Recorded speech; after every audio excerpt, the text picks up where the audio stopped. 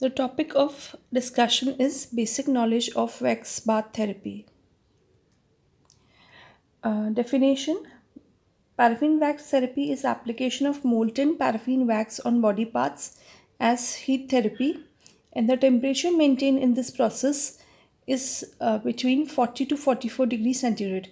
Paraffin wax is a combination of paraffin and wax in the ratio 7:1.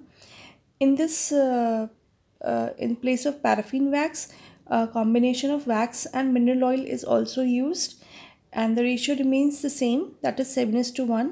And at some places, paraffin, wax, and mineral oil, all three are used in combination. Paraffin मोम therapy में स्वेदन चिकित्सा के रूप में शरीर के अंगों पर पिघला हुआ पैराफीन मोम का अनुप्रयोग होता है और इसका तापक्रम जो है ये 40 टू 44 डिग्री सेंटीग्रेड के बीच में रखा जाता है। पैराफीन वैक्स जो है वो पैराफीन और वैक्स का एक कंबाइंड फॉर्म में यूज़ किया जाता है, इसका रेशियो जो अनुपात जो है वो 7:1 रखा जाता है। पैराफीन मोम की जगह वैक्स और मिनरल ऑयल का कॉम्बिनेशन भी प्रयोग किया जा सकता है। पैराफीन, वैक्स और मिनरल ऑयल तीनों को एक साथ भी मिला के इसका प्रयोग किया जा सकता है। ये 5 प्रकार से प्रयोग किया जा सकता है: dipping method, brush method, continuous immersion method, direct pouring method और टावलिंग और बैंडेजिंग मेथड।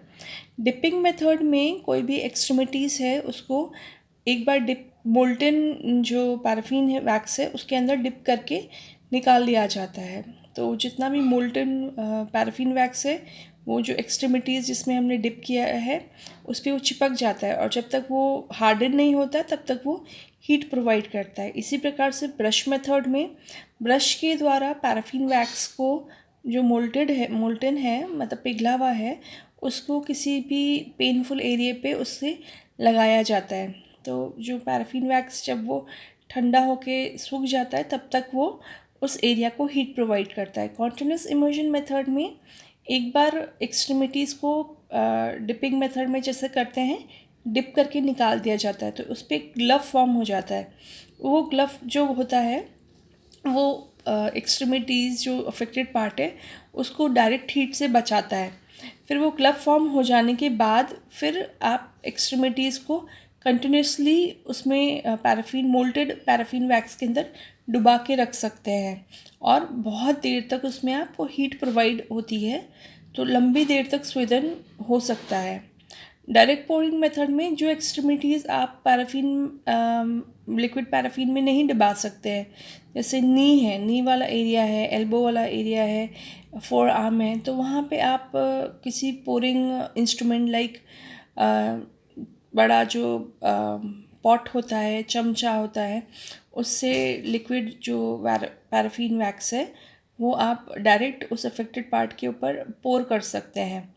तो उससे वहाँ पे वो गिरेगा और जम जाएगा और जब तक वो पूरा जमता नहीं है तब तक वो उसे अच्छी से हीट प्रोवाइड करेगा।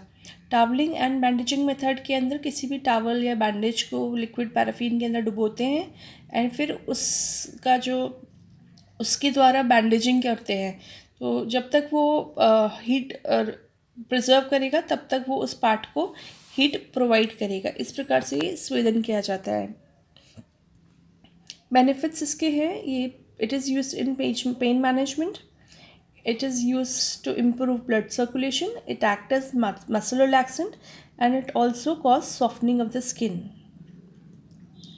Contraindication of paraffin wax therapy: it is not use in anaesthetic area, जहाँ पे आपका सेंसेशन लॉस है और वहाँ पे अगर हमने पैराफिन वैक्स थेरेपी को यूज़ किया तो वहाँ पे पता नहीं चलेगा कि कितना हीट है, तो वहाँ टिश्यू जो है वहाँ डैमेज होने की संभावना रह सकती है।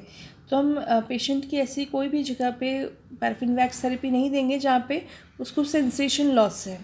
सेकेंड कॉन्ट्राइंडिकेशन है इन्फ्लेम्ड एरिया, तो जहाँ पे भी ओपन वूंड है या इन्फ्लेमेशन है वहाँ पे पैराफिन वैक्स थेरेपी नहीं देनी है। थर्ड इज़ सर्कुलेटरी डिसफंक्शन, जहाँ पे भी सर्कुलेशन संबंधी शिथिलता है वहाँ पे भी हम पैराफिन वैक्स थेरेपी नहीं देते हैं। So basically paraffin wax therapy है वो बहुत एक सेफ़ इंटरवेंशन है। अगर इसे आप तरीके से यूज़ करें and it is very easily applicable. आप बहुत ईज़िली इसको अप्लाई कर सकते हैं।